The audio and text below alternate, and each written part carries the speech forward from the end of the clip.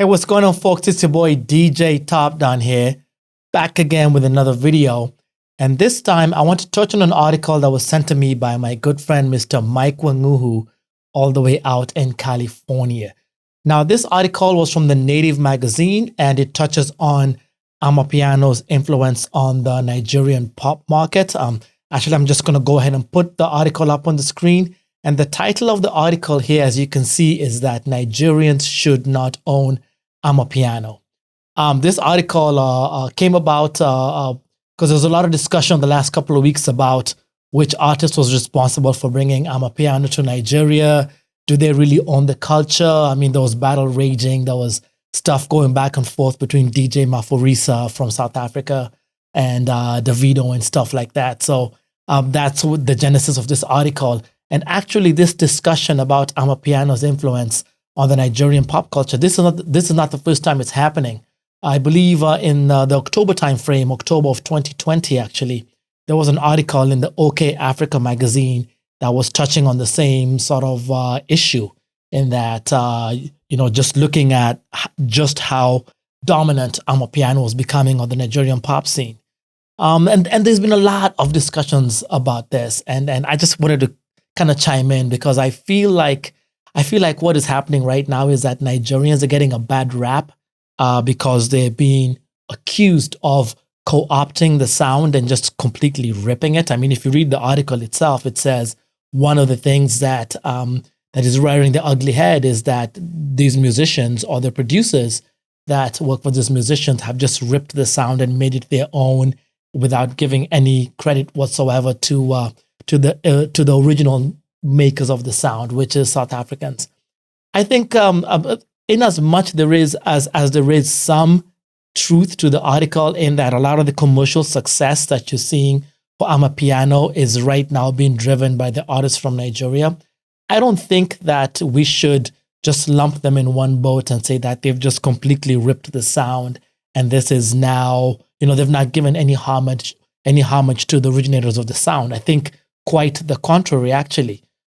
If you look at the origins of the collaborations, of the Amapiano collaborations, I'll just start with Davido, let's say in 2020, when he collaborated with Focalistic on the KE Star track. And that was the beginning of multiple collaborations that they've done. He had one with him called Champion Sound. I believe at some point in time, they were even thinking about doing an entire EP. So as you can see, it's not that they just jumped on the sound and didn't give any credit. It was collaborative work, and these sorts of collaborations have been taking place for a while now. So on the commercial aspect, the way that I see it, I think it's great. I think it's time for us to just switch the narrative a little bit and not start to put labels on, okay, it started here and who's getting all the credit and stuff like that. I think it's time for us to stop all of that. And even personally, I think I was guilty of being in that group at some point, where trying to label stuff and put labels on ownership and things like that. For right now, Amapiano is a pop sound, okay? It is influencing everything across the globe, not just our own continent in Africa. So we should treat it as such. And if you go back all throughout history, you'll see that pop sounds influence different people in different ways. So that's why you had, for example, when R&B was the biggest pop sound, right? You had R&B artists from England or from Australia or even from Africa, right? So right now we've got Amapiano as the biggest pop sound. Why would we be having an issue with it influencing different artists, even on our continent?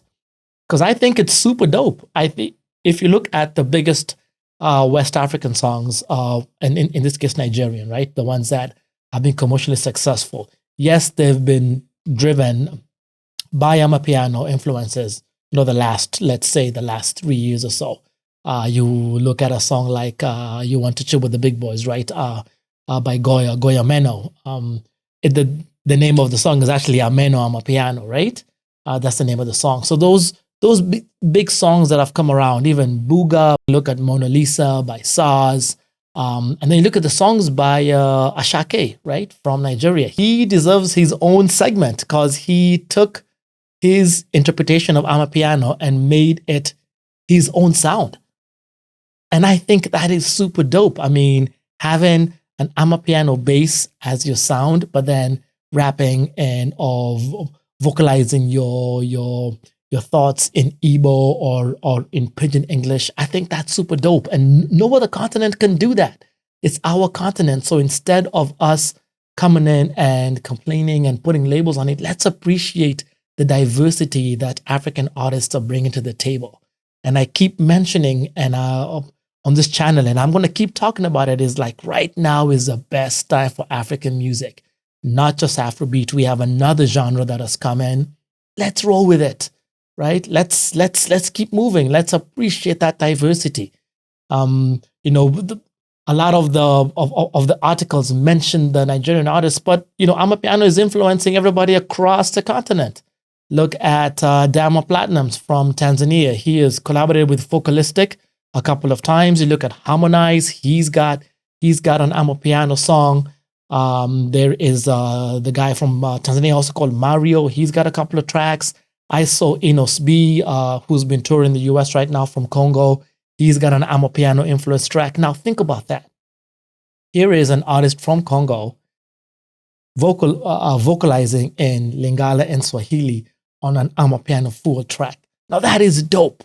That is super dope, and no other continent can produce that kind of fusion. You know, the kind of African fusion that we're bringing to the table. It's major, and that's why it is going pop, because it is dope. So we as Africans should appreciate that dopeness and not be engulfed in all these different segments and trying to segment the music and segment ownership and all of that.